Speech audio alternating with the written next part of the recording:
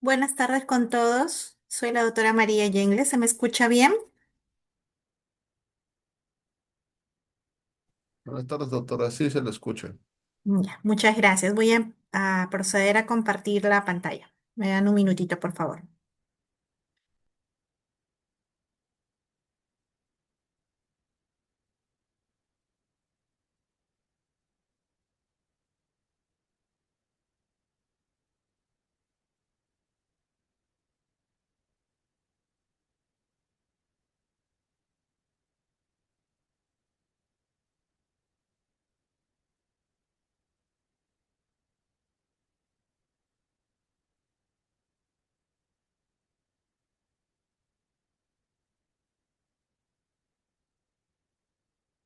¿Se ve mi presentación?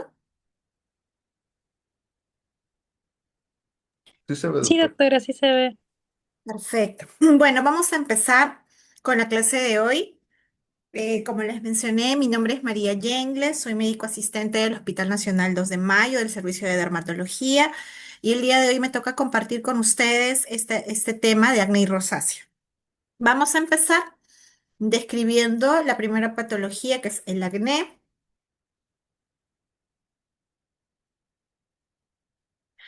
El acné es una enfermedad inflamatoria crónica que afecta principalmente a la unidad pilosebácea. Tiene una etiología multifactorial y la clínica es bastante polimorfa, como vamos a ver más adelante. Es clásica de un periodo de edades. eh, Comienza más o menos en la pubertad, a los 8 o 12 años aproximadamente, y el pico de prevalencia está entre los 15 y 18 años. Es así que el 85% de adolescentes son afectados de alguna manera en algún grado. A partir de los 20, 25 años, esta enfermedad, la frecuencia comienza a involucionar y ya llegado a los 30 prácticamente ya no hay acné. Existe un grupo de pacientes que sufren de acné tardío, que son aquellos pacientes que tienen más de 25 años y que siguen teniendo patología de acné. Esto se da aproximadamente en el 8% de pacientes. De estos, el 5 a 12% son mujeres, el 1 al 3% son hombres. Y hay algunos que van a persistir más bien con el acné hasta más de 40 años de edad. Para poder ingresar a la fisiopatología de la enfermedad, vamos a repasar algunos conceptos primero. Por ejemplo, el concepto de la descamación. La descamación es una fase final programada del ciclo de vida de los queratinocitos. Recordemos que los queratinocitos son las células que componen la epidermis y nacen en la capa basal, que es una monocapa, y luego van ascendiendo progresivamente hasta llegar a la capa córnea, en donde pierden el núcleo, y cuando llegan a la fase más superficial, pues comienzan a desprenderse, y esa es la fase final llamada descamación. Esto se da por la activación de enzimas glucolíticas y proteolíticas reguladas por proteasas y sus inhibidores. Es así como, gracias a esas enzimas, los corneocitos se van a separar unos de otros y van a comenzar a descamar uno a uno, de forma ordenada e invisible a la simple vista. También vamos a repasar un poco de anatomía. Recordemos al folículo piloso. Este es el folículo. Vemos cómo la epidermis se invagina. A medida que se va imaginando, sus capas van especializándose, formando las paredes del folículo. Luego, en la parte más profunda, encontramos las células matriciales de la matriz folicular. Tenemos que también, más o menos en el segmento intermedio, se inserta el músculo piloerector. Y luego ya más llegando hacia el poro, hacia la abertura, encontramos la inserción de la glándula sebácea, ¿no? Entonces, el infundíbulo piloso es aquel segmento del folículo que se ubica entre la inserción de la glándula sebácea y el poro. Eso es importante recordarlo porque a partir de ahora vamos a hablar de la fisiopatología del acné, y la fisiopatología del acné se da principalmente en este segmento del folículo, en el infundíbulo piloso.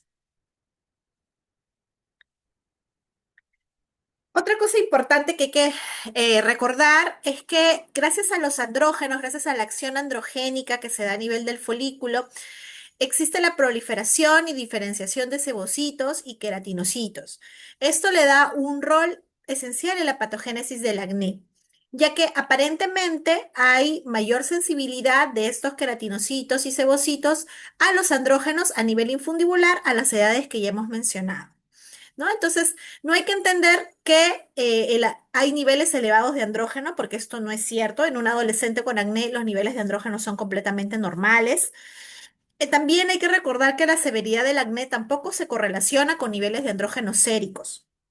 Lo que hay aparentemente es que puede haber como que el andrógeno puede tener como un rol permisivo inicial en toda la fisiopatología del acné, o puede haber una sobreproducción cutánea local de andrógenos, no sistémica, sino local, o que existe una alta expresión y respuesta de los receptores de andrógenos en el segmento infundibular del folículo, ¿no? Entonces, se podría decir para resumir que el acné se da no porque uno tenga mucho andrógeno, eso es algo que no es muy común, sino se da porque a nivel del infundíbulo piloso hay una mayor sensibilidad a la acción de los andrógenos. Ujú.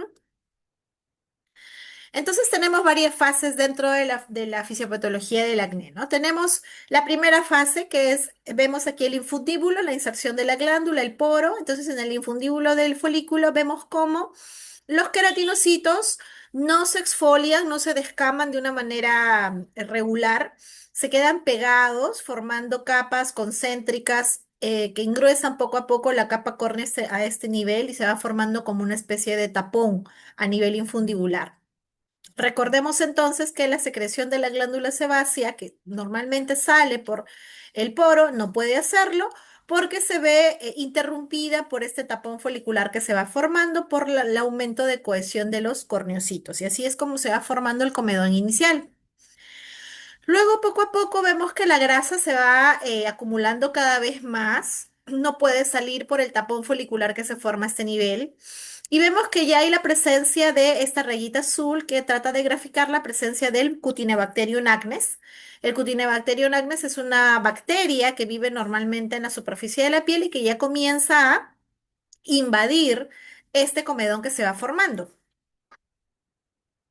Es así que poco a poco el Cutinebacterium acnes va proliferando a nivel del comedón y este Cutinebacterium tiene la propiedad de degradar la grasa dentro del comedón. Al degradarla va a liberar ácidos grasos, leucotrienos, peptidasas, interleuquinas, factor de necrosis tumoral alfa, que son mediadores que van a llamar a una respuesta inflamatoria por parte del huésped. Por eso es que vemos estas gráficos de células inflamatorias que ya van llegando a nivel del folículo y así se agrega la fase o el componente inflamatorio del acné, gracias a la invasión del Cutinebacterium y a la degradación de la grasa que va a formar mediadores proinflamatorios que van a comenzar a llamar a este tipo de células inflamatorias. Entonces ya se va formando por la inflamación local pápulas y pústulas a este nivel. Ya en algunos casos, la inflamación se va acrecentando, va haciendo daño folicular, el daño se va profundizando cada vez más en el folículo, ya no solamente se limita el infundíbulo, sino va a invadir segmentos más profundos del folículo y esto genera una inflamación severa y una mala cicatrización por parte del paciente, ¿no? Ya en este nivel lo que vemos clínicamente son nódulos o quistes, ¿no? Que son lesiones mucho más profundas en piel. Resumiendo entonces, vemos que los factores patogénicos del acné son producción de sebo por la glándula sebácea, alteración del proceso de queratinización a nivel del infundíbulo del folículo, la colonización folicular por el Cutinebacterium acnes y la liberación de mediadores proinflamatorios. Vemos entonces que la secreción de la glándula sebácea y la alteración de la queratinización folicular son como que los eventos primarios y luego ya la colonización por el Cutinebacterium y la respuesta inmune que se genera ya son factores o mediadores secundarios que se van a combinar para formar las diferentes lesiones que podemos ver clínicamente en el acné.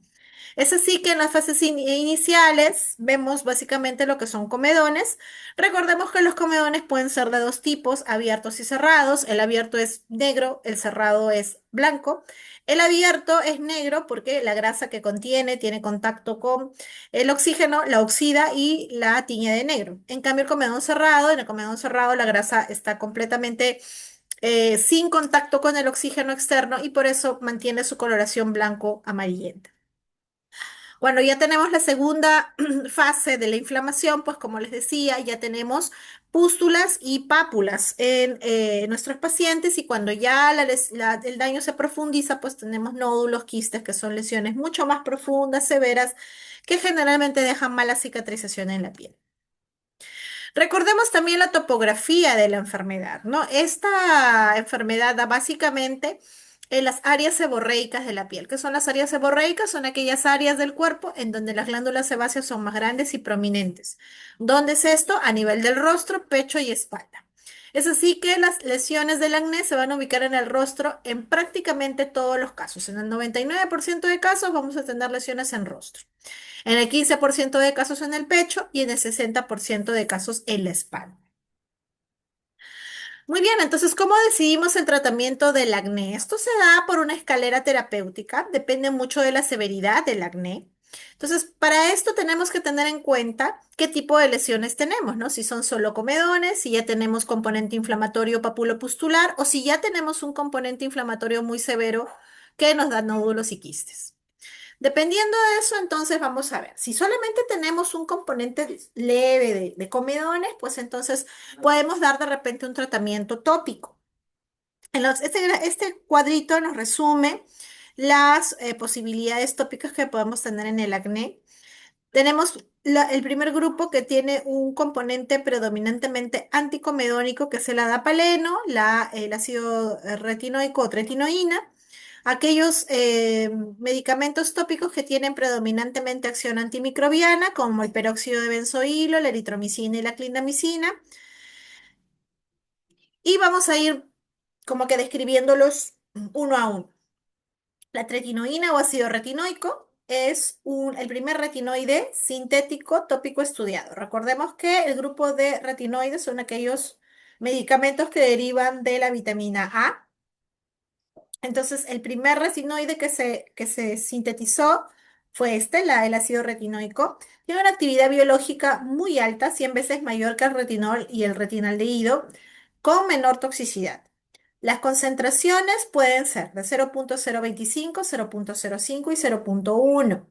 Las presentaciones pueden venir en crema o en gel, son los diferentes vehículos en donde se presentan, y tiene un uso limitado por los efectos colaterales, ya que muchas veces los retinoides no pueden ser no bien tolerados por el paciente, pueden ocasionar un poco de ardor, de eritema, de descamación de la piel, mayor sensibilidad a la radiación ultravioleta. Entonces, muchas veces por eso tienen que ser suspendidos en nuestros pacientes. Pero por estas molestias surge el adapaleno, ¿no? El adapaleno ya es un retinoide tópico de tercera generación que tiene un mecanismo tanto comedolítico, ya que va a normalizar la diferenciación del epitelio folicular a nivel del infundíbulo, y también antiinflamatorio, ya que va a disminuir la actividad de las lipoxigenasas liberadas a nivel infundibular. Este adapaleno puede venir en concentraciones de 0,1 o 0,3, en presentaciones de gel y crema, y se puede dar a partir de los 6 años de edad.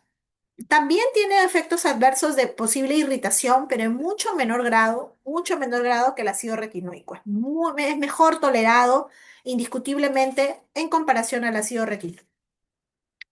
Tiene un grado medio de recomendación para el tratamiento de acné comedónico y puede usarse tanto como en monoterapia como en combinación. O sea, pueden haber presentaciones de productos que combinen adapaleno con clindamicina o adapaleno con peróxido de benzoilo.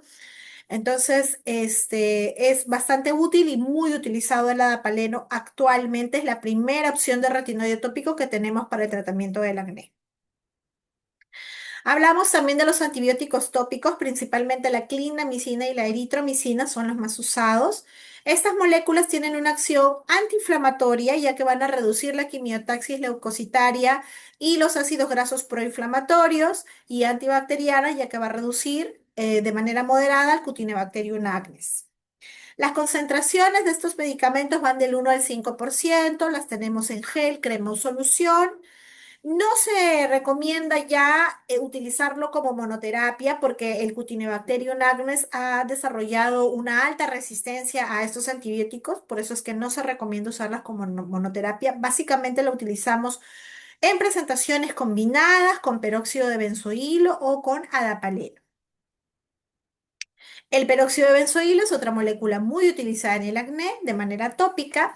Tiene un triple mecanismo de acción antiinflamatorio, ya que va a reducir los derivados de oxígenos que forman los neutrófilos. También tiene una acción antibiótica, bacteriostático y bactericida contra el Cutibacterium acnes.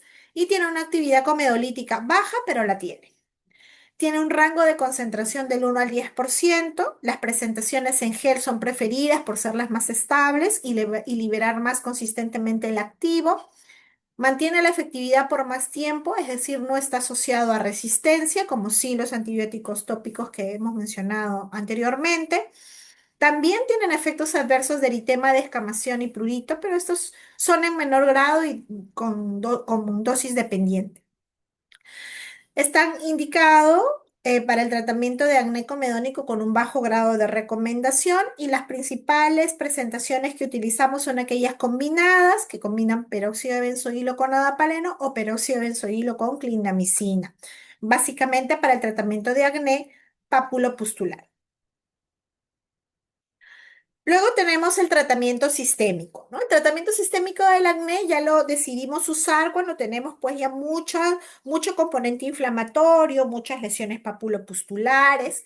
Entonces ahí nos va a quedar chicos los antibióticos tópicos y por ende podemos dar chance a tratamiento sistémico. ¿Qué grupo de antibióticos son los más utilizados en el acné? Pues el grupo de las tetraciclinas.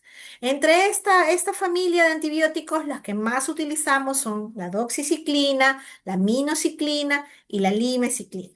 Son derivados semisintéticos de la tetraciclina que son más liposolubles y se absorben mejor. Son la primera línea terapéutica para las formas moderadas y severas de acné. Se pueden usar a partir de los 8 años. No están exentos de efectos secundarios como los gastrointestinales o fototoxicidad, aunque de manera rara. Y si por algún motivo el paciente no puede tomar tetraciclinas, pues la segunda línea de medicamentos son los macrólidos y ya la tercera línea, que casi no es usada, el cotrimoxazol. Como vemos en este esquema que les he puesto aquí en la diapositiva, el número de meses en promedio que se establece de tratamiento del acné puede ser de 3 meses en promedio. Entonces, es un tratamiento que tiene buenos resultados, pero de manera bastante lenta. Entonces, más o menos los regímenes de estos antibióticos se deben dar de manera prolongada, más o menos en un promedio de hasta 3 meses. Muy bien. Entonces vemos en este cuadro cuáles son las bases patogénicas del acné, las posibles bases patogénicas y cuáles son los medicamentos que más son usados considerando estos aspectos fisiopatológicos, ¿no? Entonces cuando tenemos el problema de la hiperqueratinización, o sea, la formación de comedones por esos tapones foliculares del ostium folicular, pues debemos pensar principalmente en incluir retinoides en nuestra terapéutica. Si queremos disminuir la producción de sebo, los retinoides también nos pueden ayudar, o tratamiento antiandrógeno. Si vemos más que todo la inflamación, pues ahí los antibióticos son de mucha ayuda, tanto de manera tópica o sistémica, y el peróxido de benzoilo también, así como por su acción antibacterial. Y hay un escaso número de pacientes, muy escaso número de pacientes, sobre todo en estas mujeres adultas que debutan con acné, en donde sí puede haber un trasfondo hormonal. Recordemos que en mujeres adultas la primera causa de hiperandrogenismo es el síndrome de ovario poliquístico. Y en estas pacientes que generalmente sobrepasan los 40 años, este síndrome de ovario poliquístico se puede dar también o les puede ocasionar también brotes de acné en la adultez. Entonces, cuando es diferente orientar el tratamiento de acné en un adolescente, en donde hemos hablado que los niveles hormonales son normales, a en comparación a una mujer adulta. Cuando tenemos un acné en una mujer adulta, ahí sí debemos hacer un descarte de una alteración hormonal, principalmente un hiperandrogenismo asociado a un síndrome de ovario poliquístico, y si encontramos algún factor de hiperandrogenismo, pues tenemos que incluir en nuestra terapéutica medicación, ¿no?, antiandrogénica, como algunas anticonceptivos orales o otras moléculas antiandrogénicas como la espironolactona, que también puede ser utilizada en el tratamiento del acné cuando tiene un trasfondo hormonal, generalmente en mujeres adultas. Finalmente tenemos la isotretinoína. La isotretinoína es un retinoide sistémico que tiene múltiples acciones en el acné. Por ejemplo, reduce las glándulas sebáceas, reduce la producción de sebo, va a normalizar la hiperqueratinización folicular que forma ese tapón que conlleva a la formación del comedón. Tiene también inhibe también el crecimiento del Cutinebacterium acnes y también tiene un efecto antiinflamatorio, ya que puede reducir la expresión de factores proinflamatorios. Entonces, la isotretinoína es ya este retinoide sistémico, es utilizado básicamente para acné severos, esos acnés nódulo-quísticos que hemos visto en las gráficas anteriores, o de repente en acnés de menor grado, pero que son refractarios. Por ejemplo, un acné que sea moderado, pero que tú le des antibióticos sistémicos y no te responda. Entonces ya pasas al siguiente escalón terapéutico que viene a ser la isotretinoína. También se utiliza en aquellos acnés en donde hay mucha secuela cicatricial, porque hay algunos pacientes cuyas pieles tienen mucha susceptibilidad a formar mala cicatrización. Entonces, cuando vemos de repente un acné que no es muy severo, pero que la lesión que le sale le deja cicatrices atróficas, pues eso también es una indicación para ir de frente con retinoides sistémicos, que en teoría es lo más efectivo que tenemos para el acné. Las dosis que se manejan de isotretinoína son de 0,1 a 1 miligramo por kilo por día y uno se preguntará, ¿no? ¿Por qué si es que dicen que es lo mejor que se puede dar para el acné no se da a todos los acnés? Bueno, la respuesta es porque la isotretinoína tiene múltiples efectos colaterales posibles, ¿no? Los más comunes son que al reducir la cantidad de grasa formada por la piel va a producir cerosis, que puede llegar a ser de grados muy severos, tanto de la piel del rostro como de las mucosas, principalmente los labios. Es altamente teratogénico. Recordemos que al ser un retinoide es categoría X por la FDA.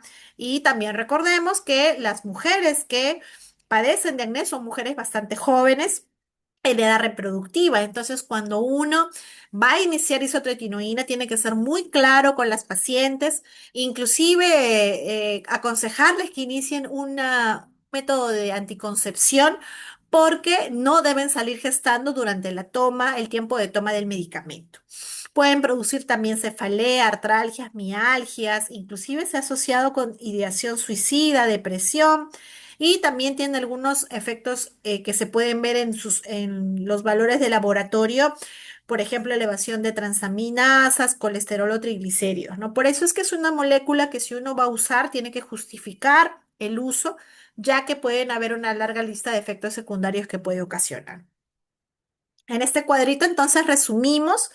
Recordemos, por favor, si es un acné comedónico, el retinoide tópico, principalmente el adapaleno. Si ya tiene algo de pápulo, pústulas, pues podemos a nuestro retinoide tópico combinarlo con algún antibiótico como el peróxido de benzoilo o clindamicina o eritro. Si ya es un acné con bastante componente inflamatorio, ¿no? Pápulo pustular, podemos empezar ya con tratamiento antibiótico oral. Y si ya tenemos un acné muy severo o refractario, pues el retinoide sistémico, que es la isotretinoína, sería la mejor opción.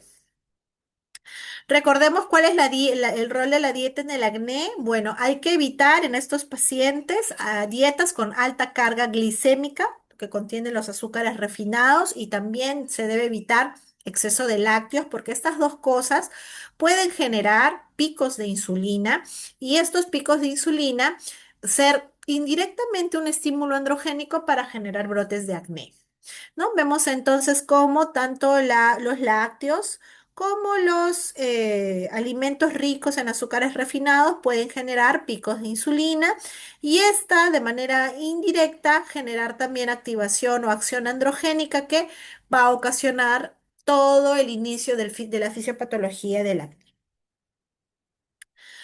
Las preguntas, es que hay algunas, vamos a desarrollarlas al final de la clase. Vamos a proceder ahora a desarrollar la segunda parte que es rosácea, lo que corresponde a rosácea.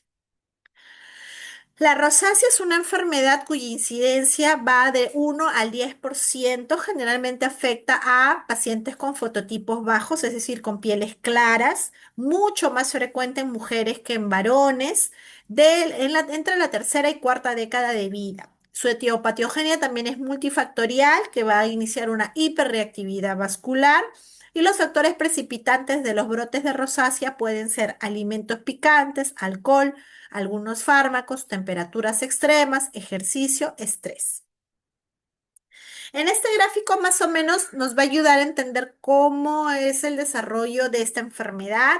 Nosotros sabemos que en términos normales, la vasodilatación y vasoconstricción de los capilares a nivel de la piel se da por un impulso nervioso, ¿no? Que obedece a cambios de temperatura o cambios y que son inducidos por moléculas inflamatorias. En la rosácea, por alguna razón que todavía no se establece, este estímulo neurovascular se va a ver alterado, se va a ver disregulado y va a haber una vasodilatación persistente por parte de los capilares a nivel de la dermis. Esta vasodilatación persistente lo que va a ocasionar es una liberación de mediadores inflamatorios que van a dar pase a todos los cambios propios de esta enfermedad. Entonces, vemos que esta disregulación neurovascular tiene diferentes mediadores, ¿no? Tenemos, por ejemplo, mediadores que, como les dije, van a ocasionar vasodilatación persistente en los vasos de la dermis y eso va a generar un eritema persistente y progresiva formación de telangiectasias. Luego también tenemos una estimulación neuronal que puede ocasionar sensaciones de dolor, ardor u hormigueo a nivel de la piel de los pacientes con rosácea. Puede también ocasionar extravasación de plasma, lo que puede ocasionar un edema a nivel de la dermis de estos pacientes. Luego también puede generar ya crónicamente factores que pueden inducir fibrosis a nivel de la piel y esto generar un engrosamiento, un aumento de la dureza de la piel, un engrosamiento, una acentuación de las aperturas foliculares, lo que da un aspecto de piel de naranja, y eso en conjunto se denomina como FIM, ¿no? Estos cambios crónicos de la rosácea se denominan FIM. Y también hiperplasias glandulares de la glándula sebácea. Entonces vean cómo la fisiopatología de la rosácea es bastante compleja. Se establece que todo nace de una disregulación neurovascular que da una vasodilatación persistente, liberación de mediadores inflamatorios que poco a poco van a afectar el resto eh, de anexos como el folículo, inclusive la matriz extracelular de la dermis se ve afectada, lo que le da la fibrosis. Entonces, es una fisiopatología bastante compleja y recordemos que se conoce que hay algunos desencadenantes que pueden empeorar más aún estos brotes de rosácea, como por ejemplo el calor. El calor es lo que más incita a la vasodilatación persistente.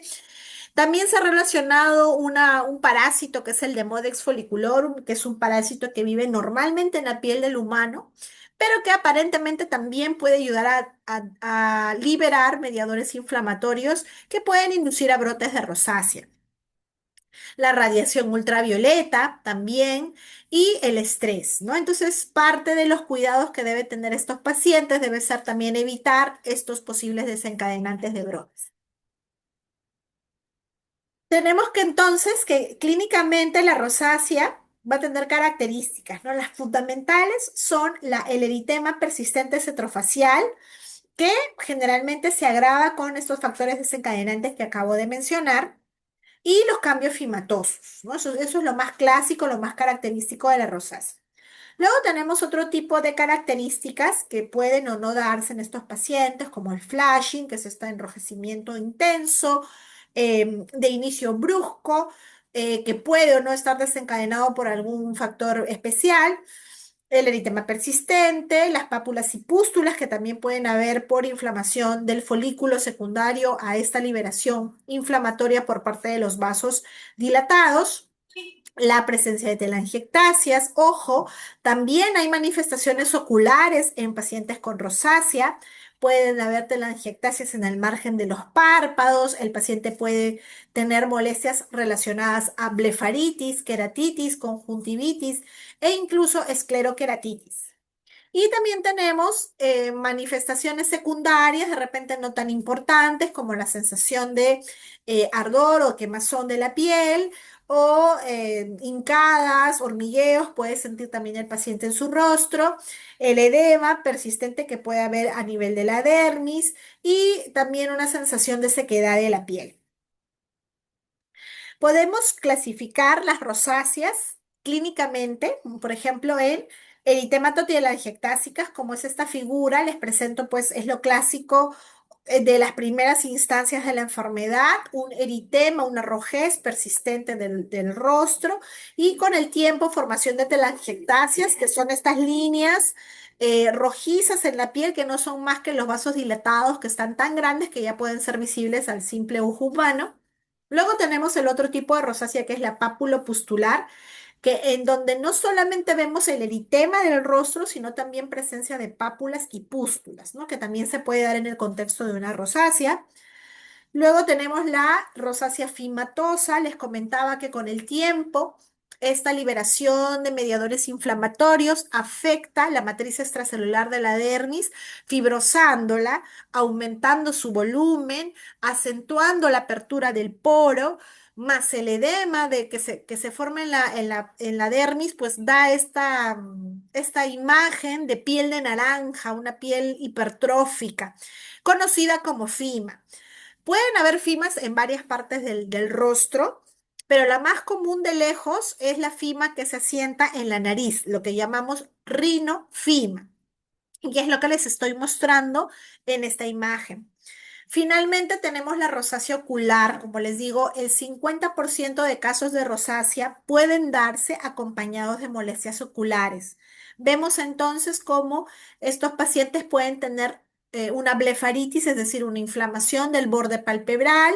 Pueden haber telangiectasias, vasos dilatados a nivel del margen del párpado, sensación de picazón, de ardor, de cuerpo extraño a nivel ocular. El tratamiento de la rosácea parte de medidas generales. Habíamos dicho que hay ya desencadenantes que se conocen, que son factores que pueden agravar los brotes de rosácea, principalmente el calor, el estrés, ¿no? Eran los dos factores que de repente por ahí importaban más. Entonces, con respecto al calor, la mayor fuente de calor al cual nosotros nos exponemos es el sol. Es por eso que es importante que un paciente con rosácea aprenda a protegerse del sol. Y eso va por el correcto uso del fotoprotector y medidas de fotoprotección física. Entonces, estos pacientes tienen que evitar a toda costa la exposición solar prolongada y directa. Habíamos hablado de que también otros desencadenantes eran el alcohol, el calor de las comidas, bebidas calientes, picantes, fumar, todos estos factores también desencadenan un empeoramiento de rosácea, por eso es que también el paciente tiene que aprender a evitar estos desencadenantes, que es algo muy importante, ¿no? Cambiar hábitos para poder disminuir la severidad de los brotes. Ya con los síntomas, directamente para aliviar los síntomas, tenemos, por ejemplo, que para el flashing, eritema o presencia de telangiectasias, existe, por ejemplo, la brimonidina, que es un agonista alfa 2 adrenérgico altamente selectivo, que tiene una acción básicamente vasoconstrictora en estos vasitos dérmicos, y la oximetazolina en crema, que también es un agonista alfa 1 adrenérgico y agonista parcial alfa 2 adrenérgico. Lamentablemente, estas dos moléculas no las tenemos actualmente en el mercado peruano, aún no llegan. Entonces, aquí lo que normalmente hacemos para mejorar el eritema y la presencia de telangiectasias es el láser neodimio YAG o luz pulsada, que son dos opciones de láseres vasculares que con una energía concentrada especial que se va a emitir en estos vasitos, estos vasos absorben la energía del láser y como que se cierran, como que se queman. Entonces, hoy por hoy es el único método que nosotros tenemos para poder disminuir estas molestias asociadas al enrojecimiento de las telangiectasias de la rosácea. Cuando ya tenemos lesiones inflamatorias, habíamos hablado que hay un tipo de rosácea papulopustular. Cuando tenemos ya este tipo de lesiones inflamatorias, pues de acuerdo a la severidad pueden tener un tratamiento tópico.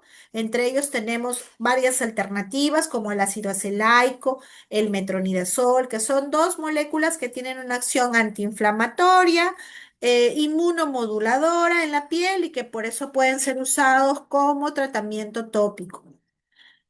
Luego también tenemos preparados azufrados, ivermectina o permetrina en crema. Recuerden, por favor, la presencia de este parásito que les comenté, que forma parte de la flora normal de la piel humana, que es el Demodex, orientado a disminuir la población de Demodex, es que se puede incluir en el esquema de tratamiento de la rosácea antiparasitarios, como la ivermectina principalmente y en menor grado la permetrina. Cuando ya la rosácea es refractaria o es muy severa, a veces también puede generar presencia de nódulo quistes. Entonces, también se puede dar retinoides, sobre todo sistémicos. La isotretinoína también se puede usar como un tratamiento de rosácea. Básicamente por su acción inmunomoduladora, recordemos que habíamos mencionado que puede inhibir la producción de factores de mediadores inflamatorios, ¿no? Entonces, esto es lo que se aprovecha de la isotretinoína para también abordar la inflamación de la rosácea, sobre todo cuando es muy refractaria a tratamientos. Muy bien, entonces habíamos mencionado que puede tener pápulas, pústulas la isotretinoína, entonces la rosácea, entonces por eso podemos utilizar las mismas alternativas que utilizamos en el acné para poder mejorar la inflamación, ¿no? Las tetraciclinas como la doximinoxiclina, en segunda instancia, en la segunda línea, macrólidos como la citromicina o la eritromicina, y ya cuando hay mucha inflamación, es muy severa o refractaria, la isotretinoína oral. Ya cuando hay cambios fimatosos, ya cuando la fima está inflamada, podemos dar también retinoides tópicos, oxiciclina oral o isotretinoína oral. Y cuando la fima no está inflamada y solamente el paciente quiere mejorarla por un tema básicamente estético, ya se debe optar por intervenciones con algunos tipos de láseres o algunas técnicas quirúrgicas que puedan volver a moldear la forma normal de la nariz y devolverle de manera estética un aspecto ya más normal de la piel con estos pacientes con rosáceas severas, fimatosas. Y recordemos que también nuestros pacientes pueden tener compromiso ocular, entonces es muy importante que haya un manejo multidisciplinario del cuadro, no solamente con dermatólogos, sino también con oftalmólogos. Siempre preguntar a los pacientes con rosáceas si hay prurito, ardor ocular, y si lo hay, siempre que pasen por una evaluación oftalmológica. Muy bien, eso sería todo. Ahora no sé si tendrán alguna pregunta.